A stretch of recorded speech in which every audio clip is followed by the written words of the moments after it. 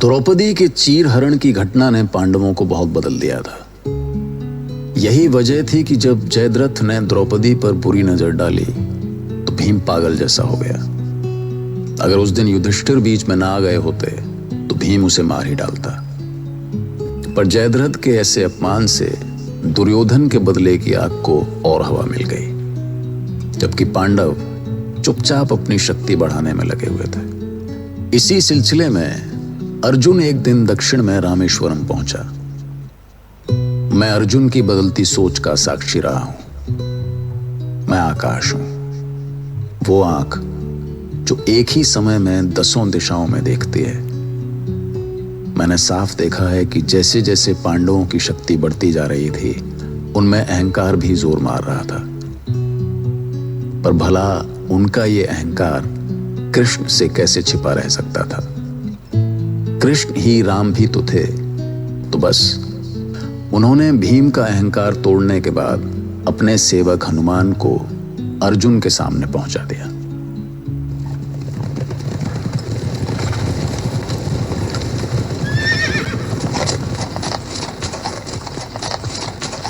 वाह, कितना विशाल है ये सागर, अनंत, अथाह, असीम, और उस पर इसकी गरजती, उछाल खाती शक्तिशाली लहरें किसी योद्धा की फड़कती हुई भुजाओं जैसी लग रही हैं।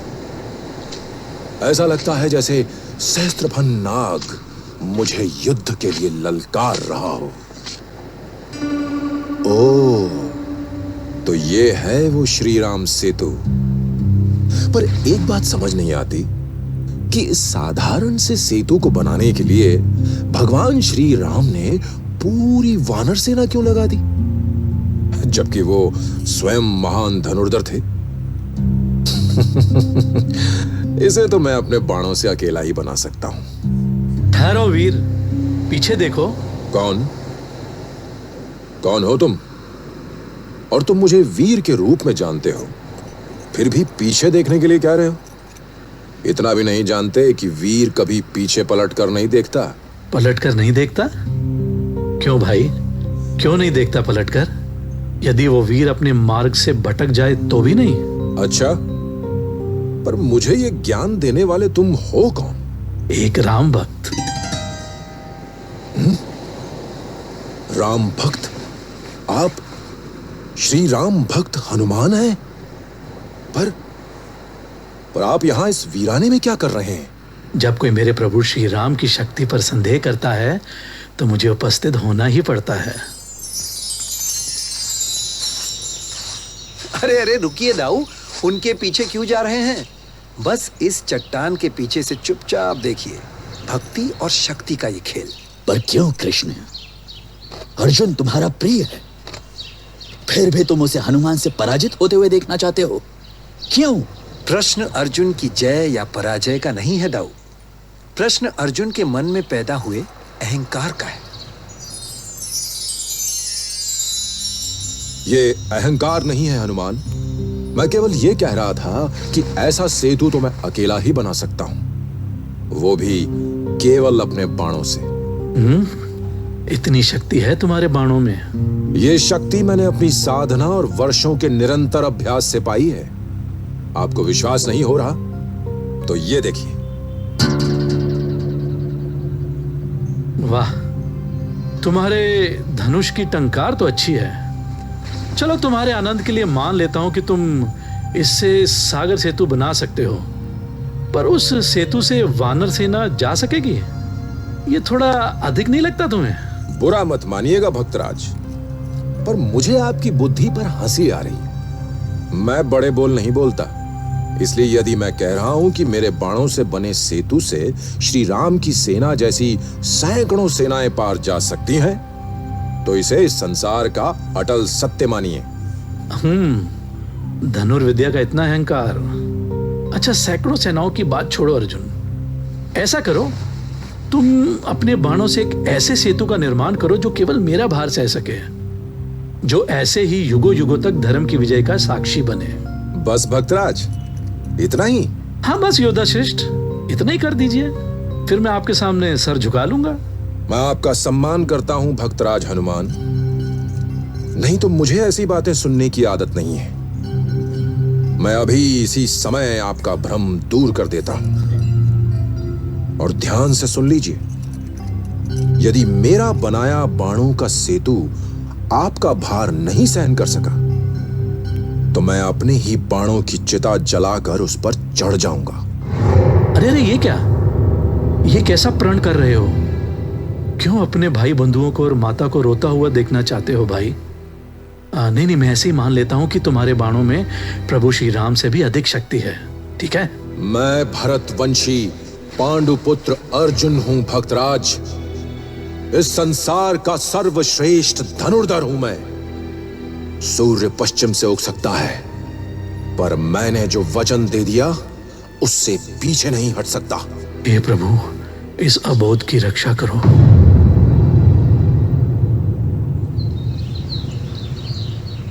अब अर्जुन रुकने वाला नहीं है दाऊ। और ये देखकर तुम प्रसन्न हो रहे हो कृष्ण? वो बेचारा मारा जाएगा। जाओ और उसे सच का ज्ञान कराओ। जाओ, रोको उसे। असंभव। अब अर्जुन का रुकना असंभव है भक्तराज। अब या तो मैं अपना वचन निभाऊंगा या अपने प्राणों की आहुति दूंगा। अरे इस तुच्छ वानर के सामने अपने वचन की रक्षा करके क्या मिलेगा तुम्हें भाई? व्यर्थ की बातें ना करें भक्तराज। ये बताएं कि यदि मैं इस परीक्षा में सफल हुआ तो आपने अपने लिए क्या दंड सोचा है? ठीक है, यदि मेरे पैर के एक अंगूठे के भार से भी तुम्हारा सेतु टिका रहा तो मैं जीवन भर के लिए तुम्हारा सेवक बन के रहूंगा और तुम्हारे रथ की ध्वजा थाम कर बैठूंगा। मेरे रथ की ध्वजा थामेंगे? कोई वानर को मेरे रथ की ध्वजा थामे देखेगा तो हंसेगा। पर ठीक है, आप ध्वजा थामने को तैयार हो जाइए, मैं प्रत्यंचा चढ़ाता हूं।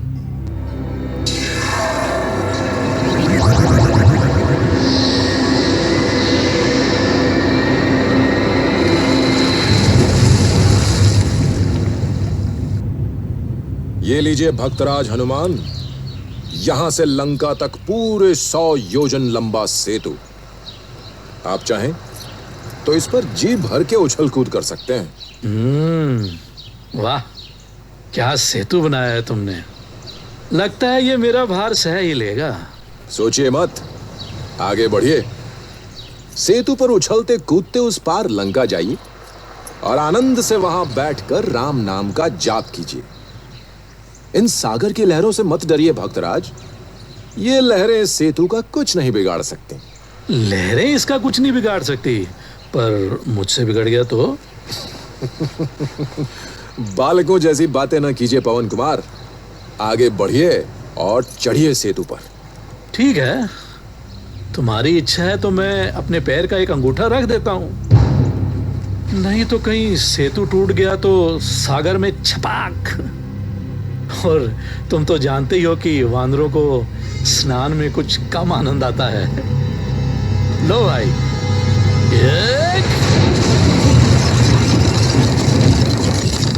क्या? ये क्या? असंभव, असंभव है ये। एक अंगूठे के भार से। धिक्कार है मेरी साधना को, धिक्कार है इसे, धिक्कार है। धिक्कार। देखो दाऊ, मैंने कहा था ना, वही हुआ जिसका भय था। तुम्हें हंसी आ रही है कृष्ण? कहीं ये अर्जुन चिता पर चढ़ गया तो दुर्योधन बिना लड़े ही विजयी हो जाएगा। अब भाग कर जाओ। ये सारा खेल तुमने ही रचाया है, अब तुम ही संभालो इसको। हाँ हाँ दाऊ, पहले देख तो ले कि अर्जुन करता क्या है।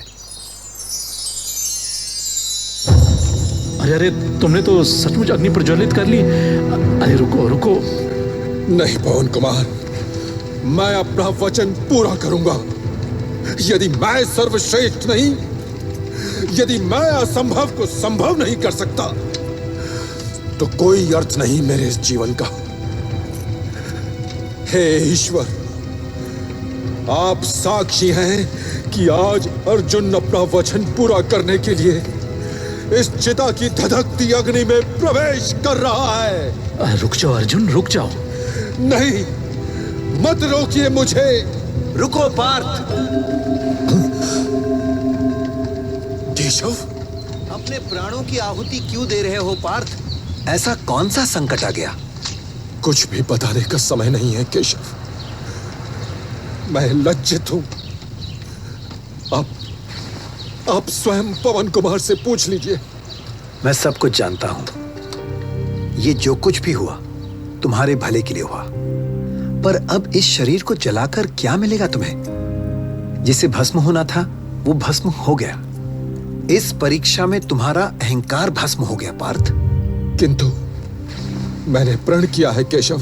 पार्थ, मैं चाहता था कि तुम्हारा अहंकार भी वैसे ही भस्म हो जैसे भ्राता भीम का हुआ, पर यदि तुम स्वयं को सिद्ध करना ही चाहते हो तो एक बार फिर से सेतु निर्माण करो। फिर मैं देखूंगा कि तुम परीक्षा में सफल हुए या नहीं। ठीक है, यदि आप ऐसा चाहते हैं तो ये लीजिए।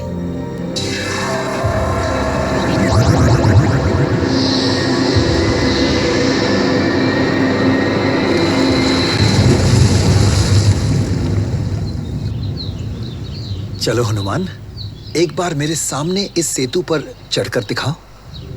जय श्री राम। जय श्री राम। जय श्री राम। देखा अर्जुन, भक्तराज इस पर कितना कूद रहे हैं, फिर भी ये टस से मस नहीं हो रहा। ये क्या हुआ केशव? तो क्या जो मैंने इससे पहले देखा था वो भ्रम था? प्रिय अर्जुन, जो तुमने पहले देखा वो भी माया थी, और जो अब देखा वो भी। सत्य केवल एक था, और वो ये कि हनुमान की इस लीला ने तुम्हारा अहंकार भस्म कर दिया। हे प्रभु, मेरे प्रभु, ऐसा चमत्कार करने वाले, असंभव को संभव और संभव को असंभव करने वाले आप मेरे प्रभु श्री राम ही हो सकते हो। मुझे विश्वास था कि इस युग में भी मेरे प्रभु मुझे अवश्य दर्शन देंगे। तुम्हारा प्रेम मुझे चाहे जिस भी रूप में देखे हनुमान, पर अर्जुन के लिए मैं केशव हूं, उसका सखा केशव। अर्जुन, तुम मेरे प्रभु के प्रिय हो। मैं प्रभु के सामने अपनी पराजय स्वीकार करता हूं और महाभारत के युद्ध में तुम्हारे रथ की ध्वजा पकड़कर बैठने का वचन देता हूं। मुझे आशीर्वाद दीजिए भक्तराज। तो भैया, खेल का रुख कब कहां मोड़ दिया जाए, कृष्ण का इसमें कोई सानी नहीं था। इसी को कहते हैं कि सांप भी मर जाए और लाठी भी ना टूटे। जहां कृष्ण ही गवाह थे और सारे खेल के कर्ता धर्ता और जज भी वही थे, तो फैसला भी तो वही होना था जो धर्म और न्याय की राह आसान कर सके। अब इस तरह हनुमान ने हार मान ली और अर्जुन के रथ के ऊपर उनका झंडा पकड़कर बैठ गए। सुनते रहिए महाभारत।